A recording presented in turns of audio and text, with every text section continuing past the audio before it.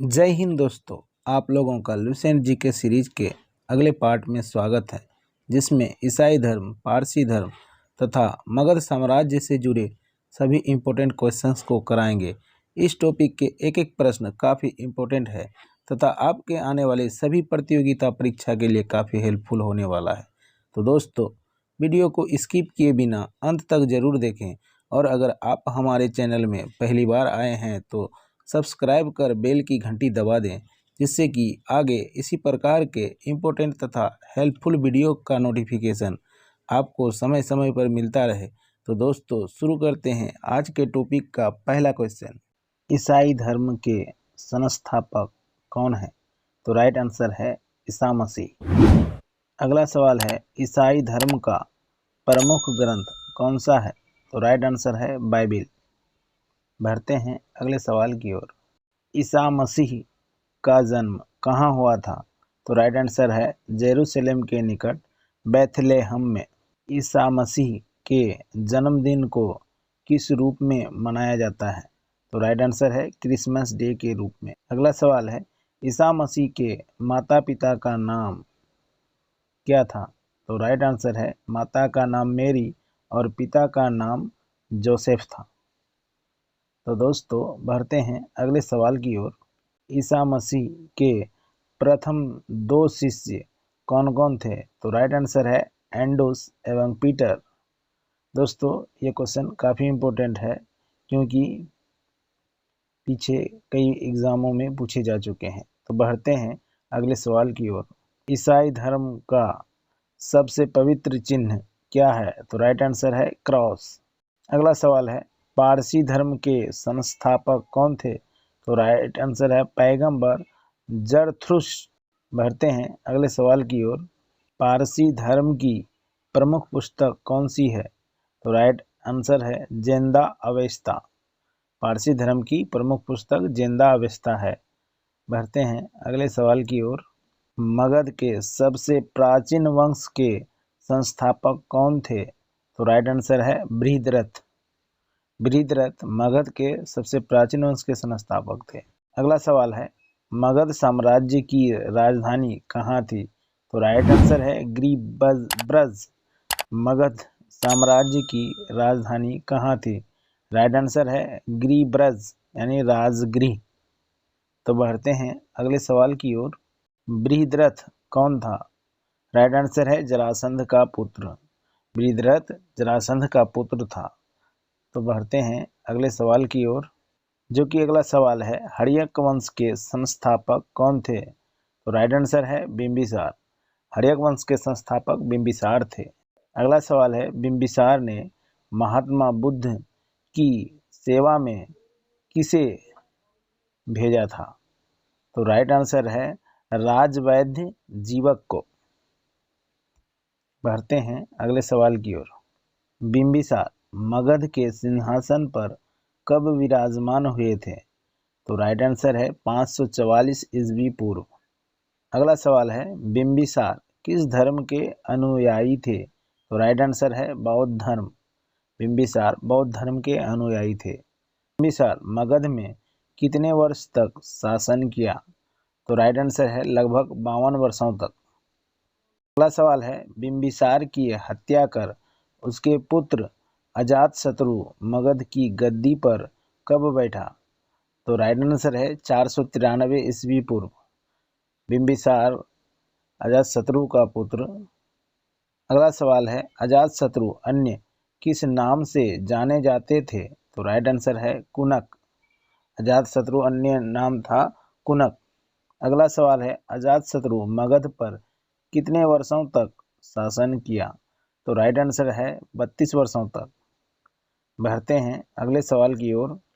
अगला सवाल है, अजातशत्रु की हत्या कर उसके पुत्र उदयन मगध की गद्दी पर कब बैठा? तो राइट आंसर है 461 ईस्वी पूर्व। अगला सवाल है, उदयन ने किस ग्राम की स्थापना की थी? तो राइट आंसर है पाटिल ग्राम। उदयन किस धर्म के अनुयायी थे? तो राइट आंसर है जैन धर्म। बढ़ते हैं अगले सवाल की ओर। हर्यक वंश का अंतिम शासक कौन था? तो राइट आंसर है नागदशक यानी उदयन का पुत्र। नागदशक उदयन का पुत्र था, जो हड़यक वंश का अंतिम शासक था। तो ये भी क्वेश्चन काफी इंपॉर्टेंट हो जाता है। बढ़ते हैं अगले सवाल की ओर। शिशुनाग वंश की स्थापना किसने और कब की थी? तो राइट आंसर है शिशुनाग ने 412 ईस्वी पूर्व शिशुनाग वंश की स्थापना की थी। अगला सवाल है, शिशुनाग ने अपनी राजधानी पाटलिपुत्र से हटाकर कहाँ स्थापित किया था? तो राइट आंसर है वैशाली। अगला सवाल है, शिशुनाग का उत्तराधिकारी कौन बना? तो राइट आंसर है कालाशोक। अगला सवाल है, शिशुनाग वंश का अंतिम शासक कौन था? तो राइट आंसर है नंदीवर्धन। दोस्तों ये भी क्वेश्चन काफ़ी इम्पोर्टेंट है, क्योंकि कई बार ये क्वेश्चन एग्जाम में पूछे जा चुके हैं। तो बढ़ते हैं अगले सवाल की ओर। नंद वंश का संस्थापक कौन था? तो राइट आंसर है महापद्मानंद। बढ़ते हैं अगले सवाल की ओर। नंद वंश का अंतिम शासक कौन था? तो राइट आंसर है घनानंद। ये भी क्वेश्चन काफ़ी इम्पोर्टेंट है, इसे भी आप लोग नोट करते चलेंगे। तो बढ़ते हैं अगले सवाल की ओर। नंद वंश का अंतिम शासक कौन था? तो राइट आंसर है घनानंद। दोस्तों ये भी क्वेश्चन काफ़ी इम्पोर्टेंट है, तो इसे भी आप लोग नोट करते चलेंगे। बढ़ते हैं अगले सवाल की ओर, जो कि अगला सवाल है, घनानंद किसके समकालीन था? तो राइट आंसर है सिकंदर। घनानंद सिकंदर के समकालीन था। अगला सवाल है, सिकंदर का जन्म कब हुआ था? तो राइट आंसर है 356 ईस्वी पूर्व। सिकंदर का जन्म 356 ईस्वी पूर्व हुआ था। बढ़ते हैं अगले सवाल की ओर। सिकंदर के पिता का नाम क्या था? तो राइट आंसर है फिलिप। फिलिप मकदूनिया का शासक कब बना? तो राइट आंसर है 359 ईस्वी पूर्व। सिकंदर किसका शिष्य था? तो राइट आंसर है अरस्तु। बढ़ते हैं अगले सवाल की ओर। सिकंदर का सेनापति कौन था? तो राइट आंसर है Seleucus Nicator. Seleucus Nicator Sikandar का सेनापति था। तो बढ़ते हैं अगले सवाल की ओर। सिकंदर को पंजाब के शासक पोरस के साथ युद्ध करना पड़ा, इस युद्ध का नाम क्या था? तो राइट आंसर है हाइडेस्पीस के युद्ध या झेलम वितस्ता का युद्ध।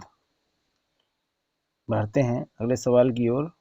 सिकंदर की मृत्यु कब और कहाँ हुई थी? तो राइट आंसर है 323 ईस्वी पूर्व बेबीलोन में। अगला सवाल है, सिकंदर के जल सेनापति का नाम क्या था? तो राइट आंसर है निर्याकस। बढ़ते हैं अगले सवाल की ओर।